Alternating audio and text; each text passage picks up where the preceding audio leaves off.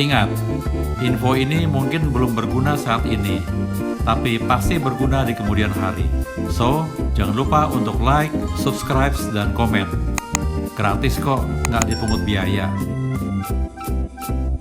Indonesia termasuk negara dengan polusi udara yang tinggi. Polusi adalah zat yang mempunyai efek berbahaya atau beracun pada lingkungan. Apakah kalian tahu bagaimana polusi mempengaruhi badan kita?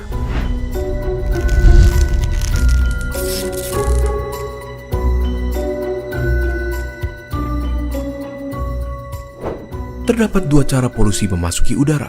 Yang pertama, pollutant source, di mana polutan berasal dari satu sumber seperti emisi pabrik. Yang kedua adalah non-pollutant source, di mana polutan berasal dari banyak sumber seperti mobil. Terdapat dua jenis polutan, di mana polutan primer adalah polutan yang dapat menyebabkan kerusakan secara langsung atau bereaksi di udara untuk membentuk zat yang merusak, dan polutan sekunder, di mana polutan terbentuk sebagai hasil reaksi antara polutan primer dan komponen udara.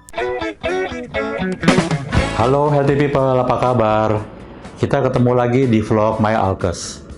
Episode kali ini kita akan berbicara tentang oksigen konsentrator. Berapa lama healthy people dapat menahan tidak bernapas? Alex Segura Vendrell memecahkan rekor dunia bertahan napas dalam air pada tanggal 28 Februari tahun 2016. Ketika itu, Guinness Book of Record mencatat dia mampu menahan napasnya selama 24 menit 3 detik. Pria asal Spanyol itu mencatat rekor tersebut setelah sebelumnya mendapat asupan oksigen murni selama 30 menit. Sebagai perbandingan, tanpa bantuan oksigen murni, rekor dunia yang tercatat adalah 11 menit 54 detik yang dipegang oleh Branko Petrovic. Bernapas adalah kegiatan menghirup udara oksigen dan menghembuskan udara karbon dioksida. Oksigen dibutuhkan tubuh kita bersama makanan menjadi energi untuk kelangsungan hidup sel-sel tubuh.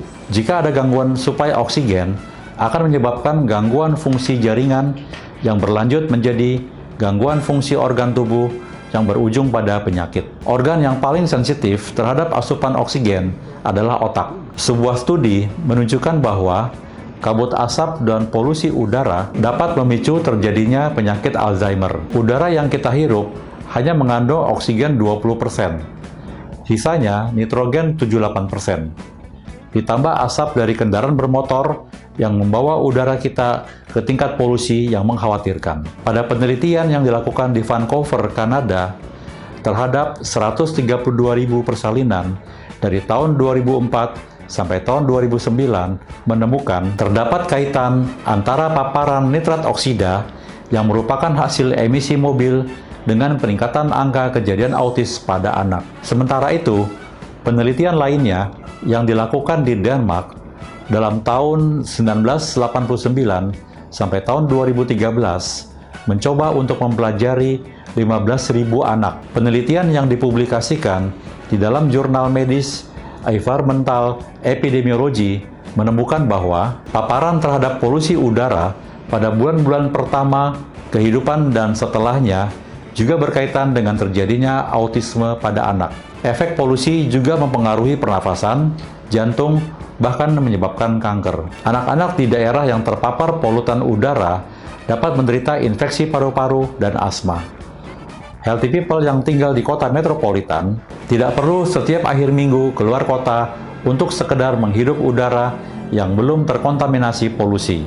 Dengan oksigen konsentrator, kita dapat menghirup udara yang bersih, bebas polusi, dan mengandung oksigen konsentrasi tinggi sampai 95%. Oksigen konsentrator dapat digunakan sebagai terapi suportif gejala hipoksia seperti perawatan di rumah pada penyakit asma, penyakit paru kronis, bronkitis, perawatan gagal jantung, post-terapi stroke, diabetes, anemia, dan lain-lain.